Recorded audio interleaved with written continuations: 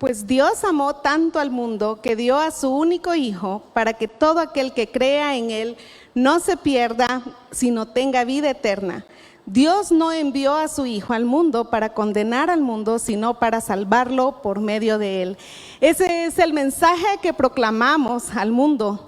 Y hoy damos gracias a Dios porque nuestro hermano Roberto Enríquez está con nosotros y él va a predicar la palabra y dejo el tiempo con él. Y hermano, es su tiempo.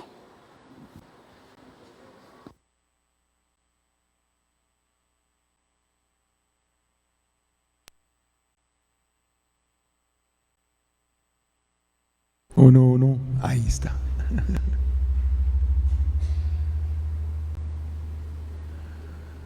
Muy buenos días, hermanos y amigos.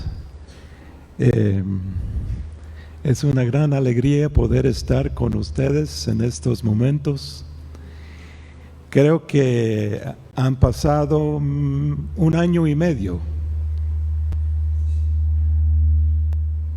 desde la última vez que logré compartir la palabra con ustedes. Y es un gran privilegio para mí poder estar aquí. Oremos.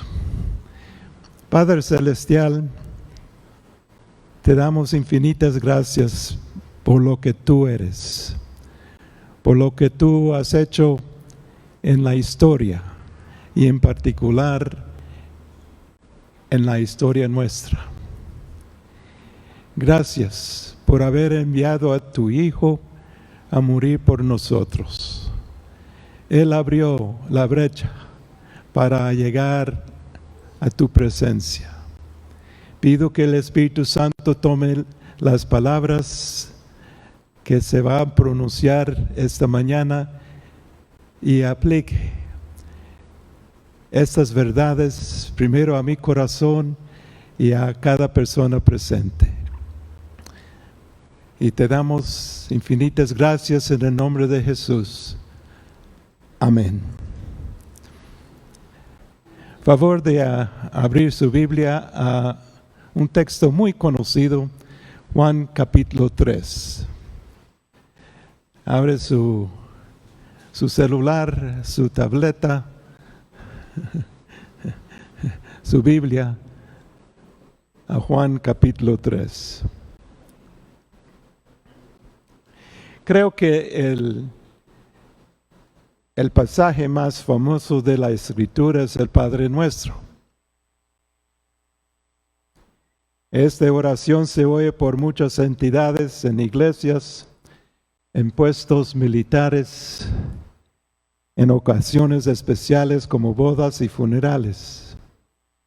Pero en segundo lugar, en popularidad, es el reconocido Juan 3:16. ¿Lo tienen de memoria? ¿Sí? Diga que sí. Porque de tal manera amó Dios al mundo, que ha dado a su Hijo unigénito, para que todo aquel que cree, en Él cree, no se pierda, mas tenga vida eterna. Este versículo representa el corazón de la historia del Evangelio. Es el eje de la relación de Dios con la humanidad. Es la culminación de las profecías del Antiguo Testamento. Las escrituras giran alrededor de este texto, Juan 3:16. Es el corazón de misiones. Por su profundo amor, Dios Padre decidió enviar a su Hijo para salvar a la humanidad pecadora. Él se convirtió en el misionero divino. Y cuando Juan dice por qué de tal manera, se está llegando a una conclusión de lo que venía hablando Jesús. Lo que él hablaba anteriormente desde Juan 3, versículo 1 al capítulo 3, versículo 2. Las palabras de Jesús comienzan con la visita de Nicodemo, un líder fariseo que visitó a Jesús de noche. Y cuando él preguntó hacia las cosas que Jesús decía, el Señor le contestó con una sorprendente respuesta. De cierto, que el que no naciere de nuevo no puede ver el reino de Dios. Luego Jesús le dijo, ¿por qué? O sea, podemos decir la práctica llegó a esta conclusión. Juan 3:16 empieza con la frase de tal manera. Estas tres palabras deben interpretarse con este significado. El amor de Dios es tan infinito, tan trascendental y glorioso. Se enfatiza mucho este pensamiento con las palabras de tal manera amó. El tiempo que se usa muestra que el amor de Dios es un amor en acción, el cual se remonta hasta la eternidad y llega a su colmo en Belén y en el Calvario. Se considera el amor de Dios como un hecho grande, central y único. Aquel amor es rico y verdadero, lleno de compasión. El objeto del amor de Dios es el mundo. La palabra mundo indica claramente que no se refiere a aves y plantas, sino la humanidad. Significa la humanidad que, aunque cargada de pecado, está sujeta al juicio y necesita salvación, sigue siendo objeto del cuidado de Dios. Es la humanidad caída en un sentido internacional, hombres y mujeres de toda tribu y nación, no solo judíos, sino también gentiles. Y luego el texto dice que dio a su Hijo el unigénito. Significa literalmente que a su Hijo el único dio. Todo el énfasis recae en la asombrosa grandeza del regalo. ¿Y cuál fue su propósito? Para que todo aquel que en él cree no se pierda, mas tenga vida eterna. Dios no ha dejado a la humanidad abandonada. Amó al mundo de tal forma que dio a su Hijo, al unigénito, con el propósito que los que lo reciben con confianza y fe tengan vida eterna. Aunque el Evangelio es anunciado a hombres de toda tribu y nación, no todo el que lo oye cree en el Hijo, pero todo a él que tiene vida eterna. Las palabras no se pierdan. No significan simplemente que no pierde la existencia física, sino tampoco quieren decir que no es aniquilado. La perdición que habla este versículo se refiere a la condenación divina, completa y eterna en el infierno. De forma que el condenado queda expulsado de la presencia del Dios de amor. Para recibir esta vida eterna se debe creer en el único Hijo de Dios, el que murió y resucitó por los pecados personales. Ahora el tema de este sermón debe ser con respecto a las misiones.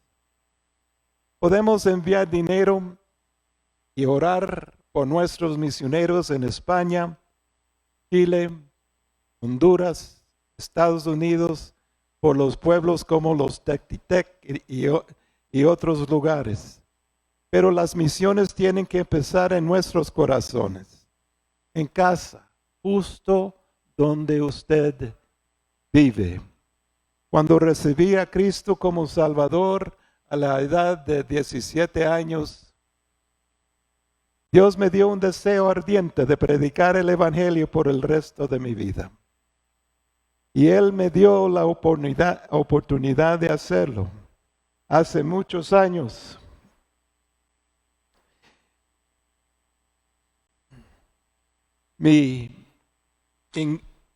Hace muchos años me ingresé a un seminario donde aprendí muchas cosas.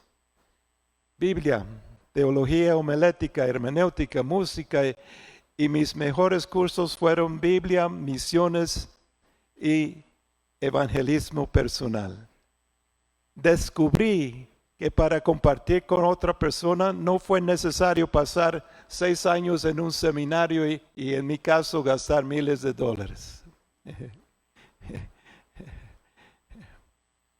Aunque sería bueno para muchos ingresar en CETECA, siquiera en el plan sabatino.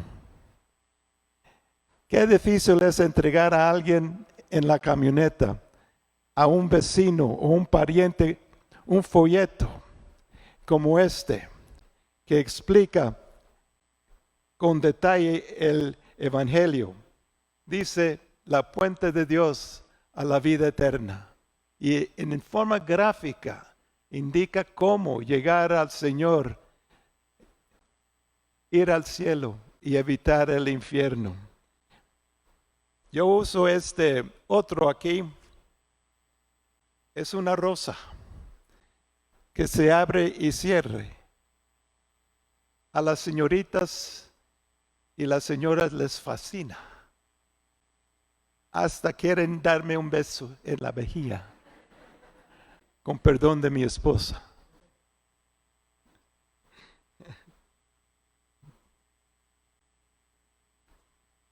Desde 1962 he tenido el privilegio de compartir el Evangelio a muchas personas en diferentes partes del mundo.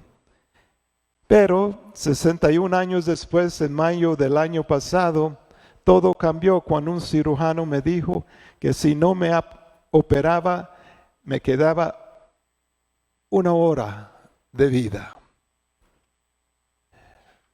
Mi costumbre diaria hasta ese momento era de llevar tratados y repartirlos por todos los lados y testificar del poder salvador de Jesús. Pero ahora no puedo con estas actividades. No puedo caminar sin la ayuda de un bastón, ni sentarme sin la ayuda de esta silla de ruedas. Digo esto para que no tengan lástima de mí, sino para señalar que la mayoría de las personas que escuchan mi voz tienen